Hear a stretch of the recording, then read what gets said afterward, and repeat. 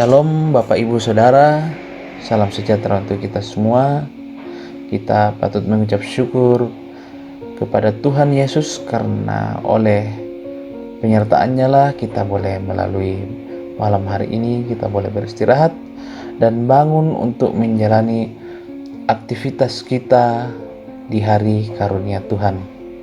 Namun sebelum itu kita akan melandasinya dengan kebenaran firman Tuhan berdasarkan renungan harian Toraja Rabu 10 Maret 2021. Kita akan membaca firman Tuhan dari Ibrani pasal 9 ayat 23 sampai ayat 28. Namun sebelum kita membaca dan merenungkan kebenaran firman Tuhan ini, terlebih dahulu kita memohon kekuatan, kita berdoa. Ya Allah yang Maha Pengasih dan Pemurah, terima kasih untuk kasih-Mu kepada kami sehingga kami boleh ada sebagaimana kami ada pada saat ini. Terima kasih untuk hari baru yang Tuhan anugerahkan kepada kami. Kami akan menjalani hari ini ya Tuhan. Namun sebelum itu kami mau membaca dan merenungkan kebenaran firman-Mu. Tolong kami untuk memahami kebenaran firman-Mu ini. Berikan kami hikmat sehingga kami boleh mengetahui kebenaran firman Tuhan dan terlebih khusus kami terapkan di dalam kehidupan kami.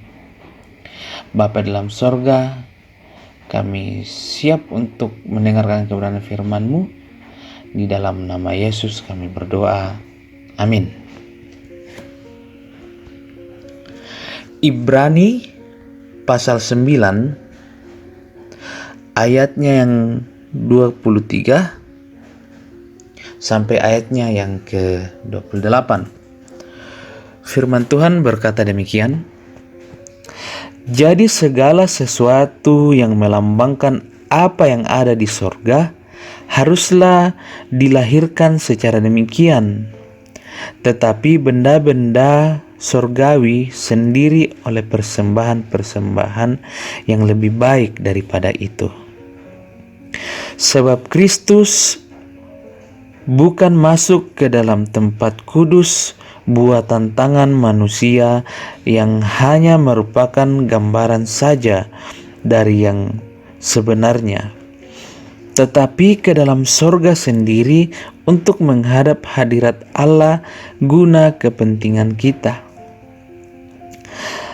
Dan ia bukan masuk untuk berulang-ulang mempersembahkan dirinya sendiri, sebagaimana imam besar setiap tahun masuk ke dalam tempat kudus dengan darah yang bukan darahnya sendiri. Sebab jika demikian, ia harus berulang-ulang menderita sejak dunia ini dijadikan. Tetapi sekarang, ia hanya satu kali saja menyatakan dirinya pada zaman akhir untuk menghapuskan dosa oleh korbannya. Dan sama seperti manusia ditetapkan untuk mati hanya satu kali saja, dan sesudah itu dihakimi. Demikian pula Kristus hanya satu kali saja mengorbankan dirinya untuk menanggung dosa banyak orang. Sesudah itu ia akan menyatakan dirinya sekali lagi tanpa menanggung dosa untuk menganugerahkan keselamatan kepada mereka yang menantikan Dia. Amin. Bapak Ibu Saudara, dari bacaan kita ini diberikan satu judul perenungan, yaitu sekali untuk selamanya. Batu dalam bastorai di kompo kadai pisari tontong saya lakona. Bapak Ibu Saudara, tidak ada orang yang mendapatkan voucher belanja di sebuah toko, lalu voucher itu berlaku untuk selamanya. tentu hanya berlaku beberapa kali saja, atau bahkan hanya berlaku satu kali lalu akhirnya tidak berlaku lagi. Lalu seperti apa kasih Tuhan kepada manusia? Apakah Tuhan mengasihi kita hanya satu kali, dua kali, atau adakah kasih Kristus kepada kita berlaku untuk selamanya? Melalui pembacaan kita hari ini dari kitab Ibrani, hendak menegaskan kepada kita bahwa kasih dan karya Kristus kepada manusia melalui pengorbanannya hanya terjadi sekali dan hal itu berlaku untuk selamanya. Dalam perjanjian lama, segala kurban yang dipersembahkan oleh imam tidak mampu untuk menyelesaikan dosa secara tuntas, sebab dosa adalah masalah yang sangat serius, sehingga hanya Allah yang dapat menyelesaikannya secara tuntas. Allah mengutus Kristus untuk menyelesaikan dosa, yakni mewakili manusia berdosa di hadapannya. Itu bisa kita lihat pada ayatnya yang ke-24. Apa yang Kristus lakukan tidak seperti apa yang imam lakukan, yakni setiap tahun masuk ke dalam tempat kudus dengan darah binatang yang dipersembahkan, tetapi Kristus hanya satu kali dan berlaku untuk selamanya, juga mempersembahkan dirinya sendiri. Itu bisa kita lihat pada ayat 25 sampai ayatnya ke-26.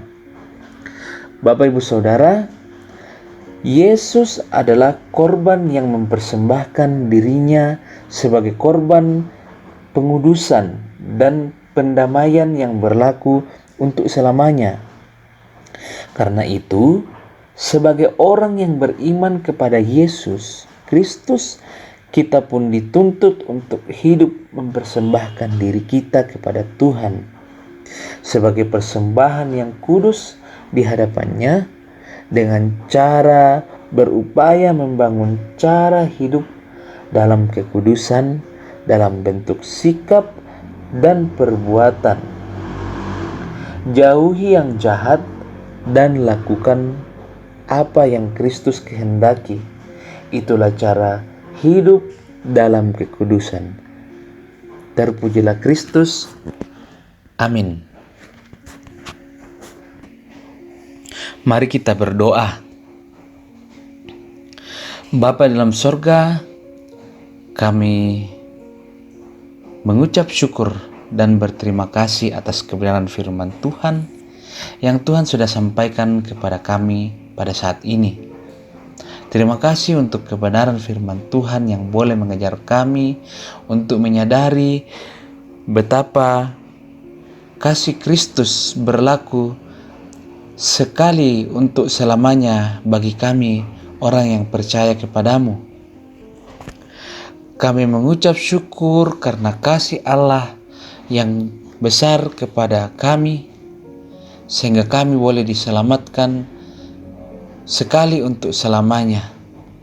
Kiranya pengharapan ini, janji ini kami boleh pegang teguh, kami imani sepanjang hidup kami. Tolong kami ya Tuhan untuk berpegang teguh kepada janji-janji Tuhan. Bapa dalam sorga, pada saat ini juga kami datang berdoa untuk setiap jemaat Tuhan di dalam pekerjaannya. Kiranya apapun yang dikerjakan jemaat Tuhan boleh menjadi berkat.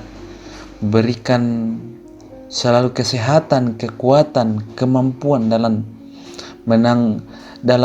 melaksanakan setiap tanggung jawab, setiap pekerjaan yang Tuhan sudah percayakan kepada setiap umat-Mu, sehingga boleh mereka angkat setiap tanggung jawab ini dengan sepenuh hati, dan membawa berkat bagi setiap jemaat Tuhan. Kami juga berdoa bagi jemaat Tuhan yang dalam kelemahan tubuh. Tuhan memakai obat-obatan, makanan, minuman yang dikonsumsi, tangan-tangan keluarga, tenaga medis, supaya melalui semua itu Tuhan menyatakan kuasa kesembuhan kepada setiap jemaat di dalam kelemahan tubuh. Tuhan tahu apa yang menjadi penyakit setiap orang. Maka Tuhan sendirilah dengan kekuatan-Mu akan memakai berbagai cara untuk membawa kesembuhan kepada setiap umat Tuhan. Bapa dalam surga, kami juga datang berdoa bagi jemaat Tuhan di dalam bangku pendidikan, mulai dari tingkat taman kanak-kanak, sekolah dasar, sekolah menengah, sekolah tingkat atas, dan juga perguruan tinggi. Kiranya di setiap jenjang pendidikan yang sedang dilalui jemaat-Mu, boleh Tuhan berikan hikmat supaya dalam setiap proses belajar mereka boleh menangkap setiap ilmu yang dipelajari dan kelak boleh membawa berkat dan kebaikan bagi banyak orang, terlebih untuk kemuliaan nama Tuhan. Bapa dalam surga, kami juga berdoa untuk pemerintah kami, mulai dari tingkat pusat hingga ke pelosok tanah air. Terlebih khusus pemerintah kami di daerah Tanah Toraja dan Toraja Utara. Berkati semua jajaran pemerintahan supaya boleh mengangkat tanggung jawab sebagai abdi negara untuk kesejahteraan semua orang. Berikan kekuatan, berikan kebijaksanaan dalam setiap pengambilan keputusan. Kiranya setiap apapun yang diputuskan boleh membawa kebaikan bagi banyak orang, terlebih khusus kemuliaan bagi nama Tuhan. Juga kami terus berdoa di tengah pandemi ini ya Tuhan, berikan kami iman dan imun yang baik, sehingga kami boleh terhindar dari paparan virus ini. Terlebih khusus kami berdoa supaya pandemi ini cepat berlalu dan kami boleh hidup sebagaimana normalnya sebelum pandemi ini ada. Juga terus kami berdoa untuk pelaksanaan vaksinasi. Tuhan tetap kiranya rencana ini Tuhan buat berhasil dan boleh membawa kebaikan bagi banyak orang. Bapa dalam surga, inilah doa kami, inilah yang kami sampaikan. Kiranya Tuhan menolong kami, Tuhan yang menyertai kami. Inilah doa kami ya Tuhan yang kami bawa hanya di dalam nama Yesus. Itulah Tuhan dan Juru Selamat kami yang hidup. Amin. Bapak Ibu Saudara, demikianlah renungan harian Toraja Rabu 10 Maret 2021 dari Bukit Sion. Kiranya Tuhan menyertai kita dan memberkati kita. Tetap laksanakan protokol kesehatan dan menjaga kesehatan.